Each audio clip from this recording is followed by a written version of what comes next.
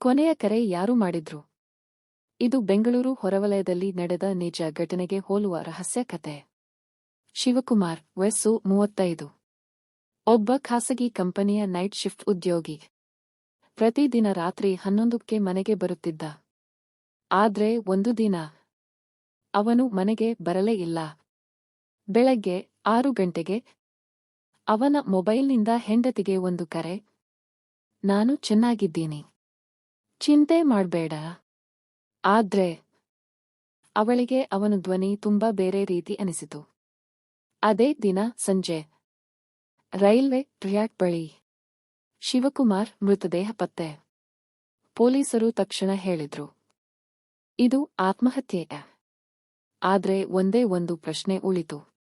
ಸತ್ತವನು ಕರೆ ಮಾಡಿದ್ದು ಹೇಗೆ? ತನಿಖೆ ಶುರು.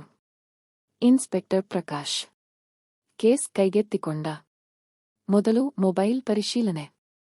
ಕೊನೆಯ ಕರೆ ಬೆಳಗ್ಗೆ 6:02.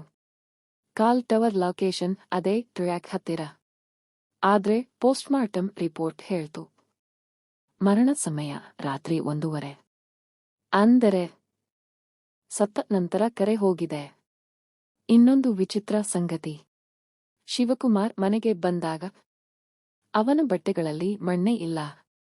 ಆದ್ರೆ ಟ್ರ್ಯಾಕ್ ಬಳಿ ಕಾಲಿನ ಗುರುತುಗಳು 2 ಜನರದ್ದು. ಇದು ಆತ್ಮಹತ್ಯೆ ಅಲ್ಲ ಅನ್ನೋದು ಸ್ಪಷ್ಟ. ಸತ್ಯ ಹೊರಬಂದ ಕ್ಷಣ ಆಫೀಸ್ನ ಸಿಸಿಟಿವಿ ಚೆಕ್ ಮಾಡಿದಾಗ ರಾತ್ರಿ 12:45ಕ್ಕೆ ಶಿವಕುಮಾರ್ ಜೊತೆಗೆ ಒಬ್ಬ ಅಪರಿಚಿತ ವ್ಯಕ್ತಿ ಹೊರಹೋಗಿದ್ದ. ಮುಖ ಸ್ಪಷ್ಟವಾಗಿರಲಿಲ್ಲ. ಆದ್ರೆ ಅವನ ಕೈಯಲ್ಲಿ ಶಿವಕುಮಾರ್ ಫೋನ್. ಭಯಾನಕ ಟ್ವಿಸ್ಟ್, ಆ ಅಪರಿಚಿತ ವ್ಯಕ್ತಿ ಶಿವಕುಮಾರ್ನ ಅದೇ ಮುಖ ಹೊಂದಿದ್ದ. ಪೂರ್ಣ ಒಂದೇ ರೀತಿ. ಅಚ್ಚು ನಕಲಿ. ಪೊಲೀಸರು ಗಾಬರಿಯಾದರು. ಹೆಂಡತಿಗೆ ಫೋಟೋ ತೋರಿಸಿದಾಗ ಅವಳು ಹೇಳಿದ ಮಾತು, ಇವನು ನನ್ನ ಗಂಡ ಅಲ್ಲ, ಆದ್ರೆ ಅವನಂತೆಯೇ ಕಾಣ್ತಾನೆ. ಕೊನೆಯ ಸತ್ಯ, ಶಿವಕುಮಾರ್ ಕಂಪನಿಯಲ್ಲಿ ಒಂದು ಸೀಕ್ರೆಟ್ ಪ್ರಾಜೆಕ್ಟ್ ಮೇಲೆ ಕೆಲಸ ಮಾಡ್ತಿದ್ದ. ಮಾನವ ಕ್ಲೋನಿಂಗ್, ಹ್ಯೂಮನ್ ಕ್ಲೋನ್ ಸಿಮ್ಯುಲೇಷನ್. ಆ ಪ್ರಯೋಗದಲ್ಲಿ ಒಬ್ಬ ಕ್ಲೋನ್ ಯಶಸ್ವಿಯಾಗಿ ಜೀವಂತವಾಗಿದ್ದ. ಆ ಕ್ಲೋನ್ಗೆ ಶಿವಕುಮಾರ್ ಜೀವನವೇ ಅಪಾಯವಾಗಿತ್ತು. ಅವನು ನಿಜವಾದ ಶಿವಕುಮಾರನ್ನೇ ಕೊಂದಿದ್ದ. ಮತ್ತೆ ಹೆಂಡತಿಗೆ ಕರೆ ಮಾಡಿ ಹೇಳಿದ್ದ, ನಾನು ಚೆನ್ನಾಗಿದ್ದೀನಿ.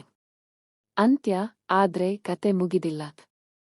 ಪೊಲೀಸರು ಹುಡುಕಿದ್ರು. ಆ ಕ್ಲೋನ್ ಮಾಯವಾಯಿತು.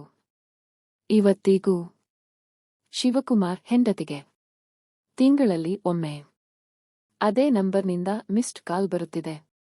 ಪ್ರಶ್ನೆ, ಆ ಕರೆ ಯಾರು ಮಾಡ್ತಿದ್ದಾರೆ? ನಿಜವಾದವನು ಸತ್ತನಾ ಅಥವಾ ಬದುಕಿರೋವನು ಯಾರು? ಇಂತಹ ಸಸ್ಪೆನ್ಸ್ ಮಿಸ್ಟರಿ ಕತೆಗಳು ಇಷ್ಟವಾದ್ರೆ ಸಬ್ಸ್ಕ್ರೈಬ್ ಮಾಡಿ. ನಿಮ್ಮ ಥಿಯರಿ ಕಾಮೆಂಟ್ನಲ್ಲಿ ಹೇಳಿ.